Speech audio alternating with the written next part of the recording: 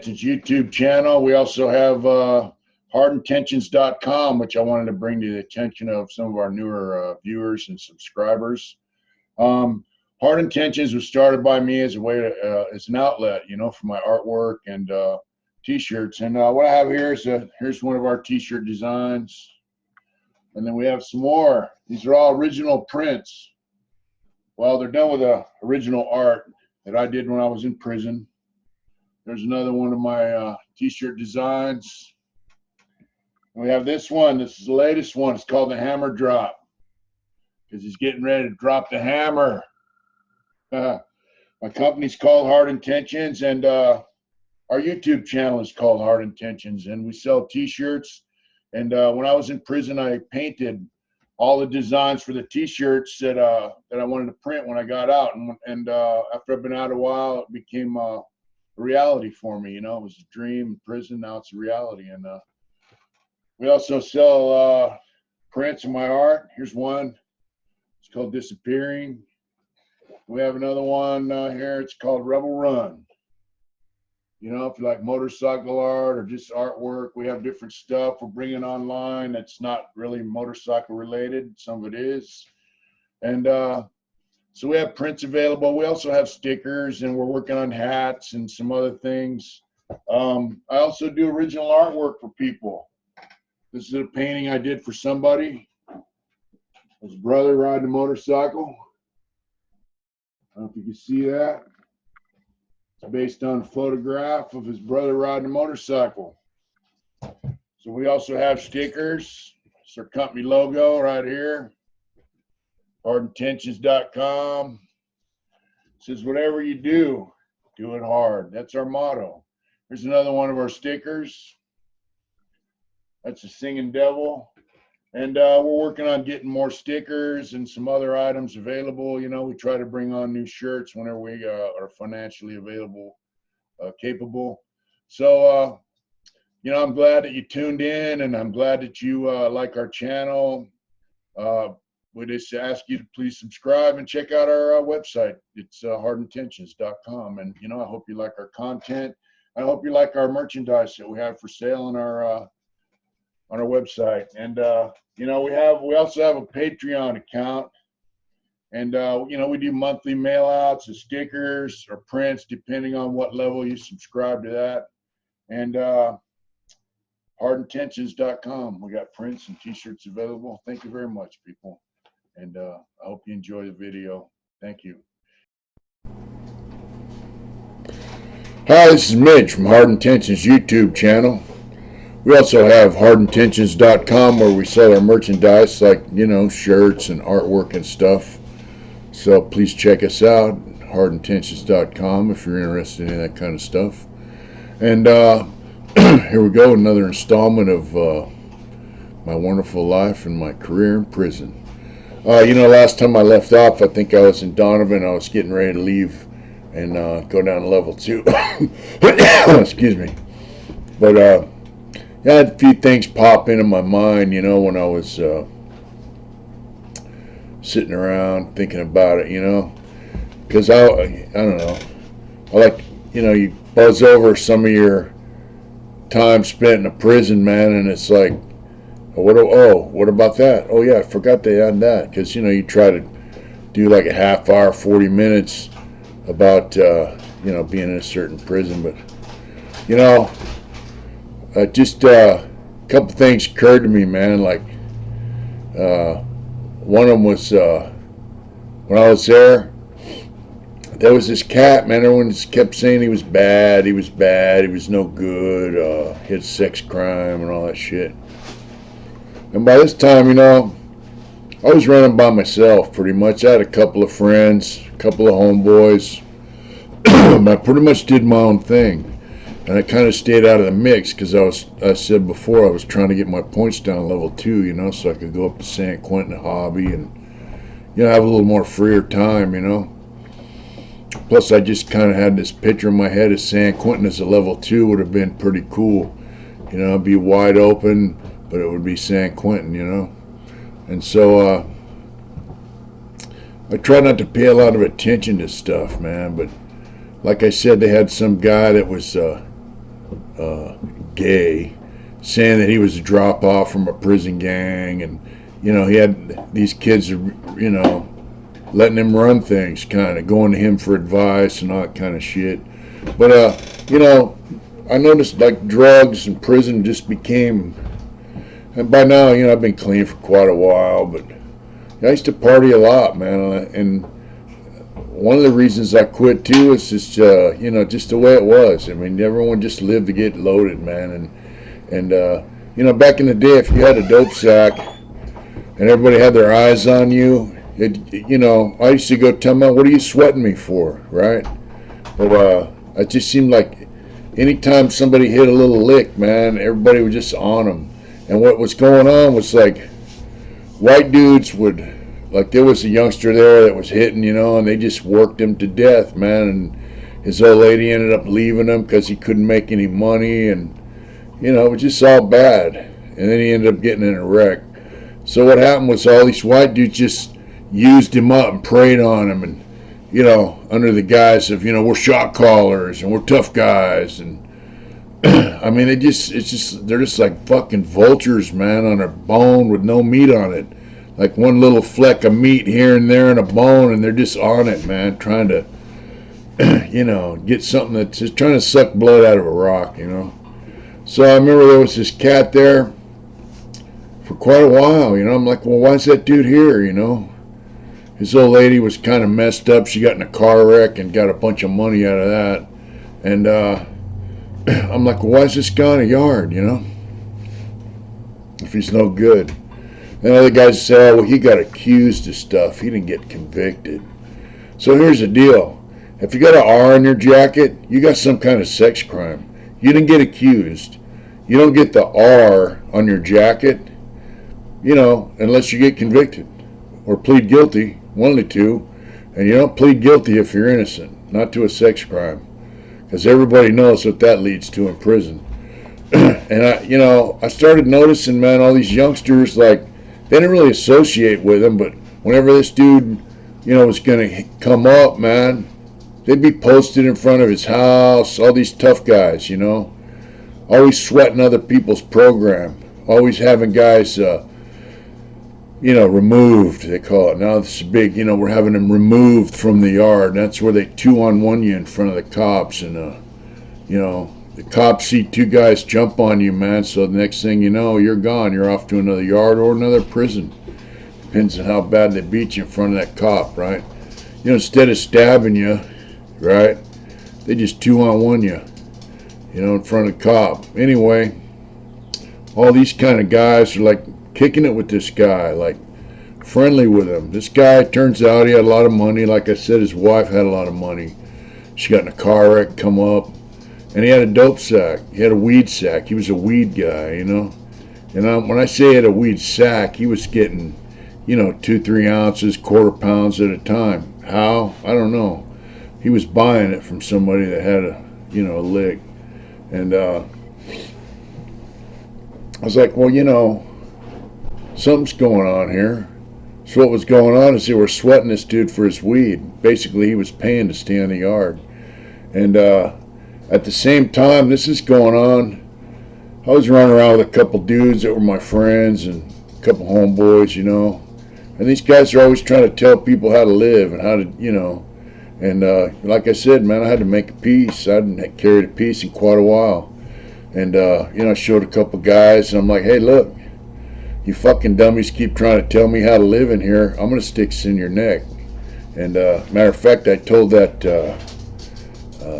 gay guy, hey, motherfuckers keep trying to tell me what to do around here, and they're going to pay the price. And I went in his cell and pulled that piece out and showed him. And he's like, whoa, he got all paranoid, because he knew me from years ago. And when I was young and wild. And, basically put it out there like, hey, if somebody makes me, go there, I'm going all the way. Because a fist fight, that's 5-year denial minimum. If not 7 or 10, because now they could deny you multiple years, Not can, they have to. So, anyway, I found out this dude was a sex crime guy. You know, I seen they're sweating him for his weed. You know, I just kicked back and watched. You know, and yeah, I found out what I did was my partner, friend of mine, he worked in a program office. I said, man, there's got to be a way you can get on that computer and find out, because I'm not gonna, you know, put it on a guy unless it's true. I'm not a smut peddler guy. I don't like to smut guys that don't have it coming. You know, if a guy doesn't have it coming, he doesn't have it coming. You know, just because people will talk smack about people that they don't like and kick a jacket on them, call them a rack, call them a chomo, rapo, whatever, just because they don't like them. They'll do that. And it's not my game, you know. If I don't like someone, I just don't like them. I'll just say, hey, I don't like that dude. I got a bad vibe, or whatever the case may be, you know. Don't like the way he combs his hair. So anyway, I got on old Rick, you know. I said, hey, bro, check this out. I want to know, you know, about this guy. And so, you know, he kind of, it's not like it back in the day when you drove up and the clerk saw all your stuff. It's not like that anymore. So, you know, he got at this staff member, and he's like, hey, you know, my friend's canteen's messed up, man, and you know, we want to find out, you know, what's going on. Has he got any money? And she goes, all right, you know, and she goes in the office and gives her, you know, the name, and she pulls it up, and he goes, no, not that page, the other page, and you know. Boom, there it was. He come out, he goes, hey, bro, that dude's got a big fat R in his jacket, you know? And I said, all right. So about a week later, you know, these dudes are like, hey, I said, hey, man, you know, getting all, you know, uppity, like they're running the fucking shit, you know? And I'm like, hey, check this out. That dude's a fucking chomo. And I got the story now. It was like a 14, 15-year-old girl, whatever. And, you know, supposedly, like, he was partying with her. Now, all these guys, this is their meal ticket for drugs.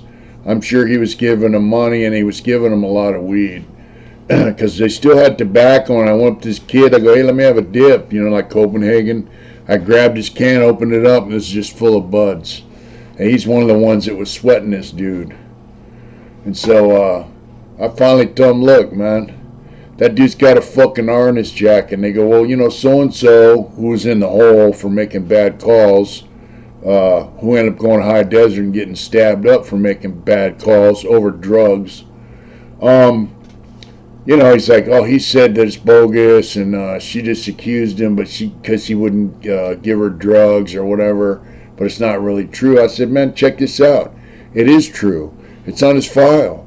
You don't get an R in your jacket because someone made an accusation against you, you know. And so I said, check this out, man. That dude's no fucking good. You guys are letting him stay on the yard because he's got dope, right? I don't play that shit. I said, that dude's got to go. And if you guys don't get rid of him, I will.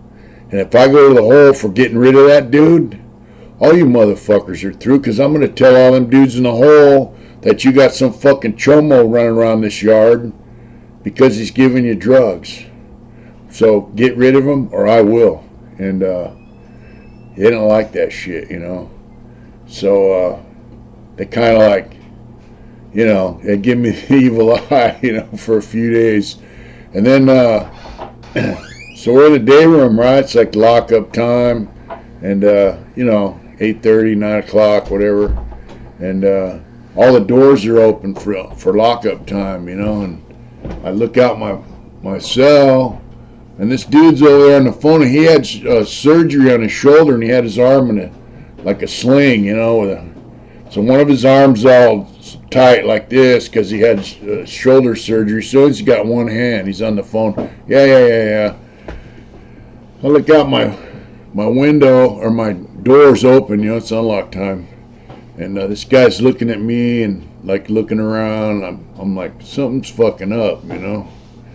I looked over there, man, and these two youngsters run up on this dude and got off on him. And they're going at it. This dude only had one arm, man. He was beating the shit out of these dudes. This fucking chomo. I'm like, you serious? And they ran in there and sprayed him and shit, and the guy got removed off the yard. But I thought, man, I should have stabbed that dude.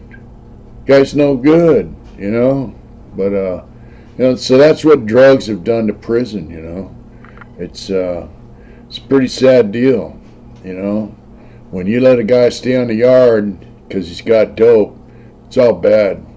And that's not, a new thing. That's been going on for quite a while. Back in the 80s, that shit went on with other people. They let guys stay on the yard that were, there was a guy, Pincushion Smitty, that was walking around the main line of San Quentin because he had a gang of money. And he used to buy a lot of dope. And, he's paying rent. But there he was. Then when they got tired of him, they stabbed him up again. I heard that he was, I heard Pincushion Smitty, Roger Dale Smith. I'm sure he's dead by now. But now here's the story. And that's this cat.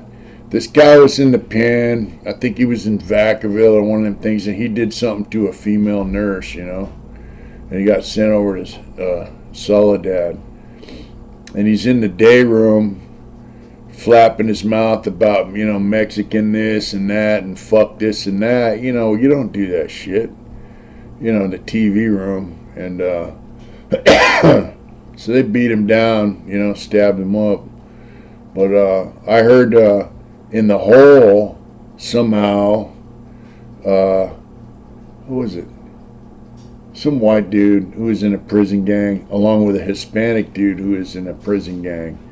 They got this dude and stabbed him on the tier. This is in the hole, and I don't know how this went down, but this is in the 60s.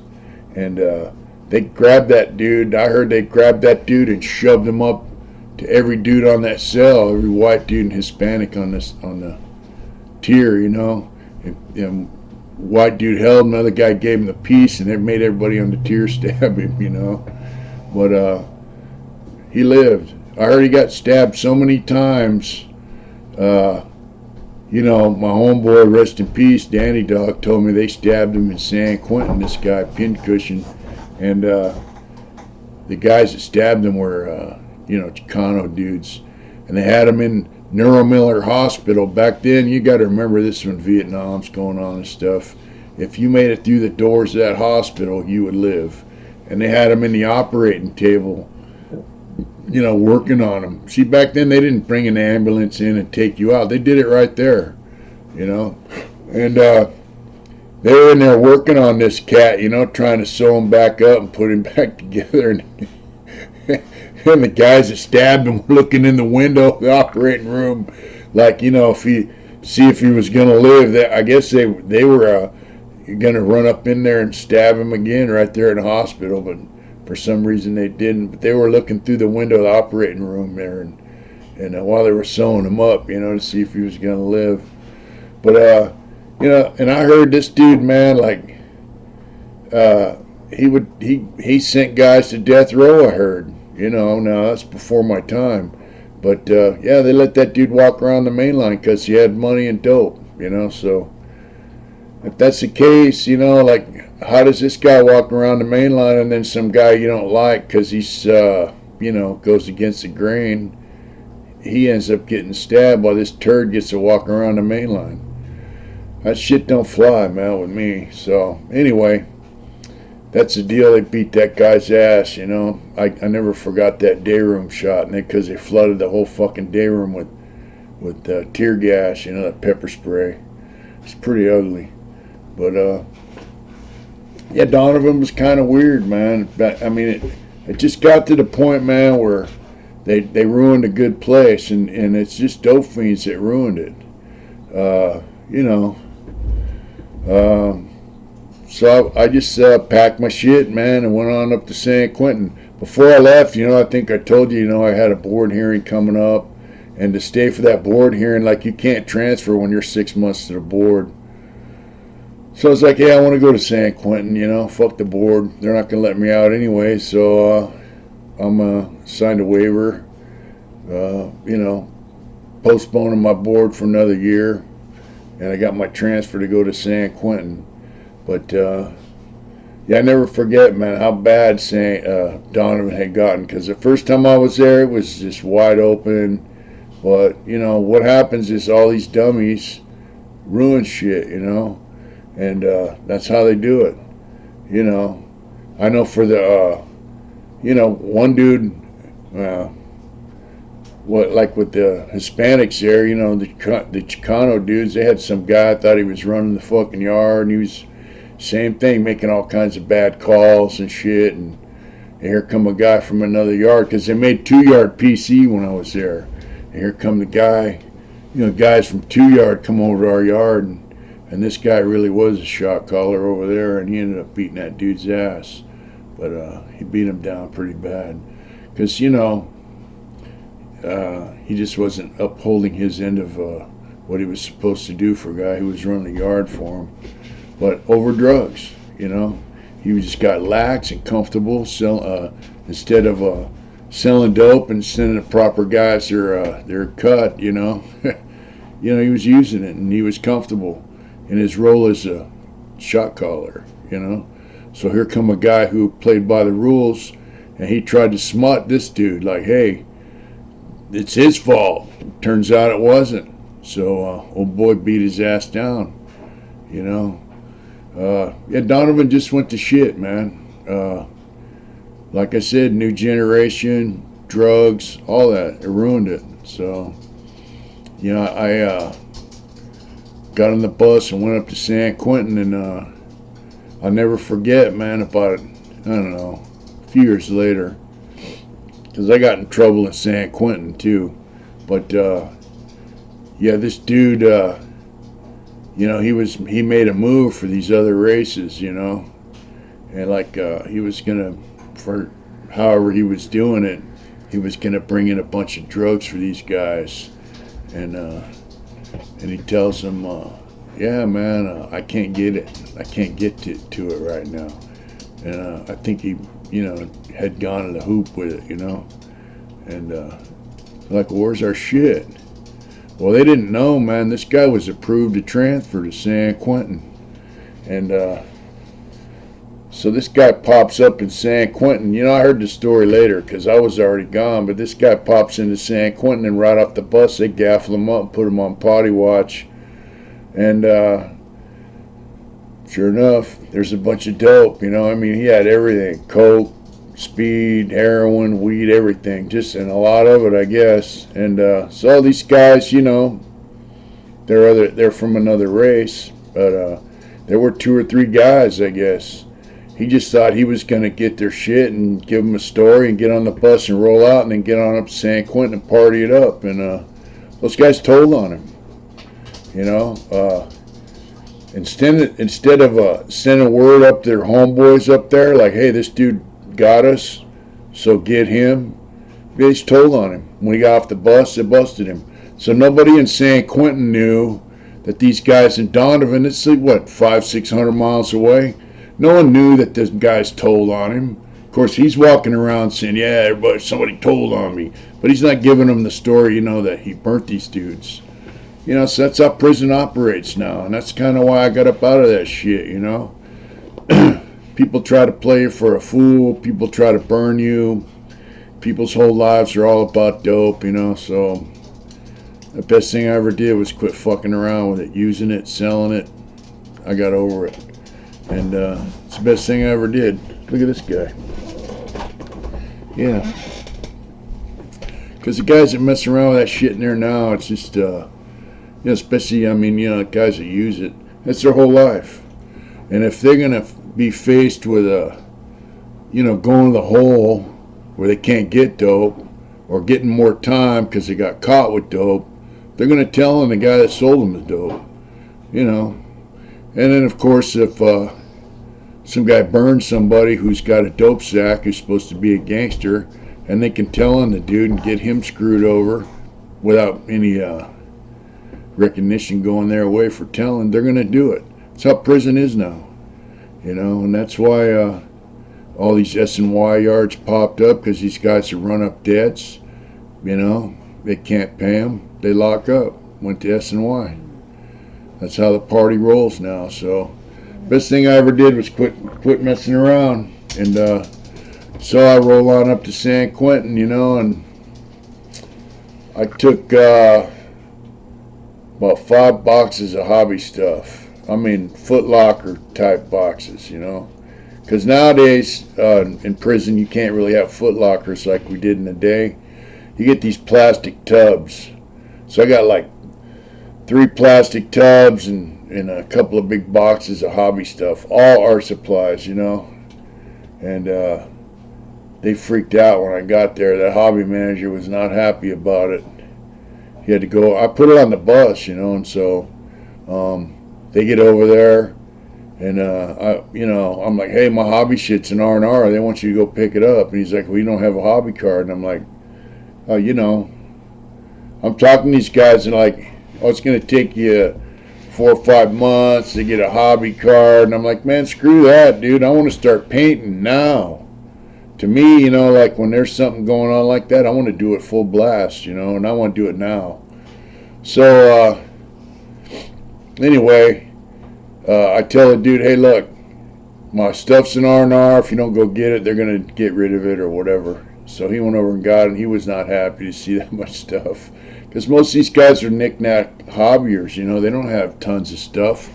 I mean, I've been saving, you know, money for years, you know, and collecting art supplies, man. And that's why when I was in Donovan, they tried to take all our hobby stuff away. I pissed a bitch about it because it took me years to accumulate all that stuff, you know.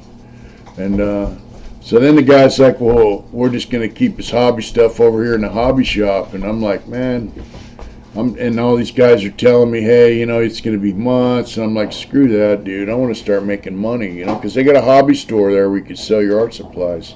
I mean, your art, you know, or wood. They had wood jewelry, still had some jewelry stuff going on.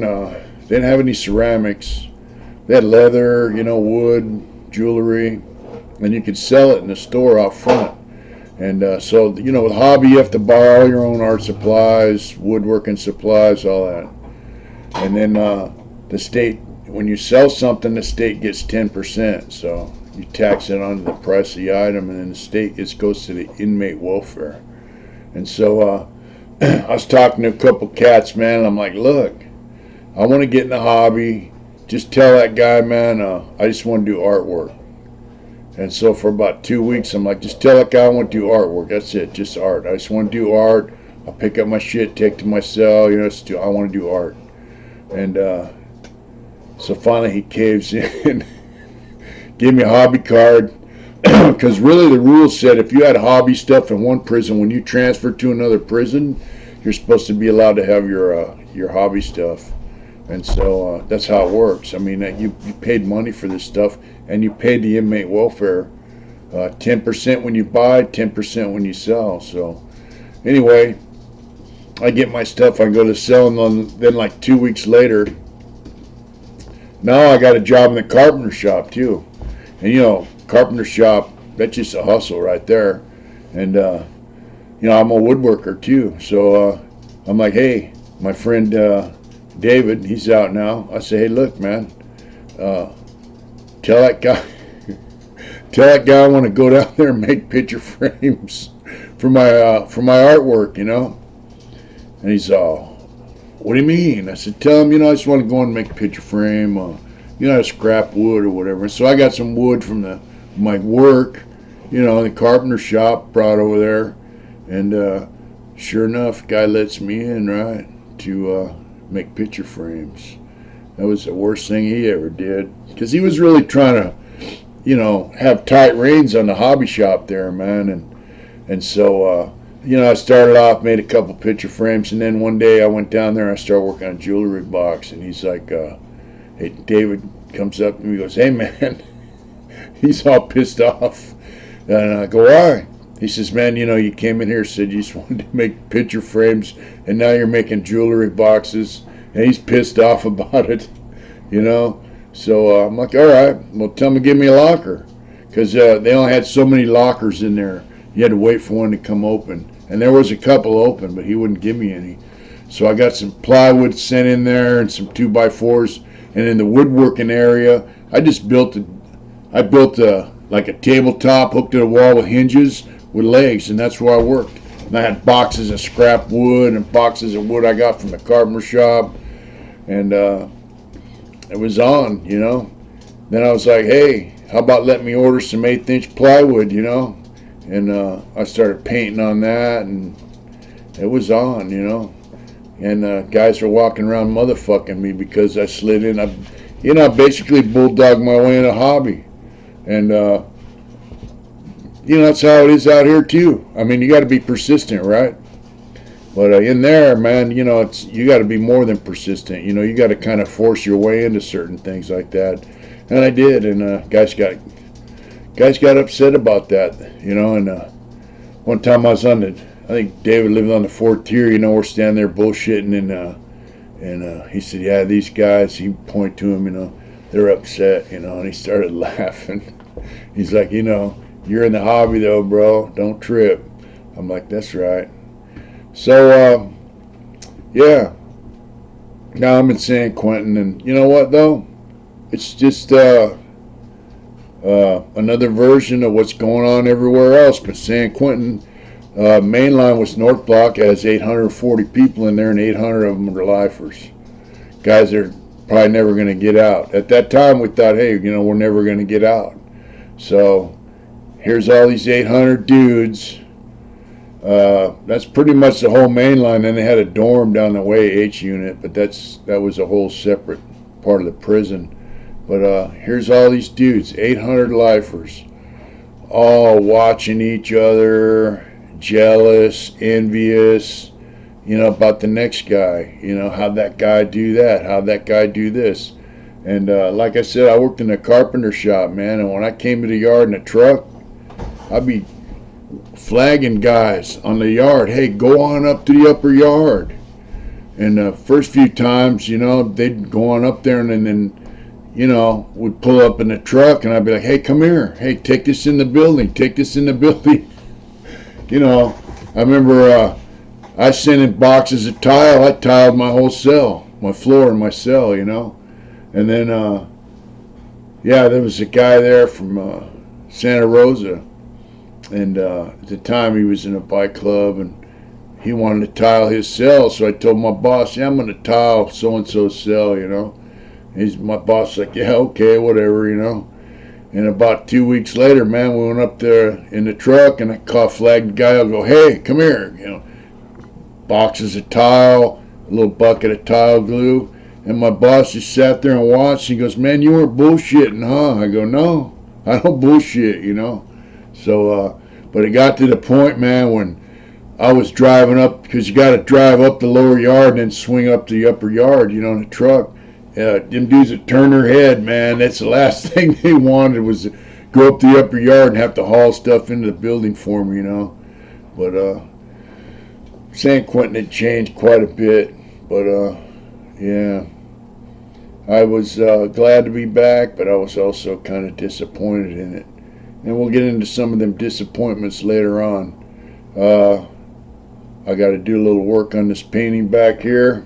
Hopefully it'll work out on a collaboration. And I want to let everybody know that the printer's working on our Living Dead Girl shirts, hoodies, and button-ups, and hopefully we'll have them out to you soon.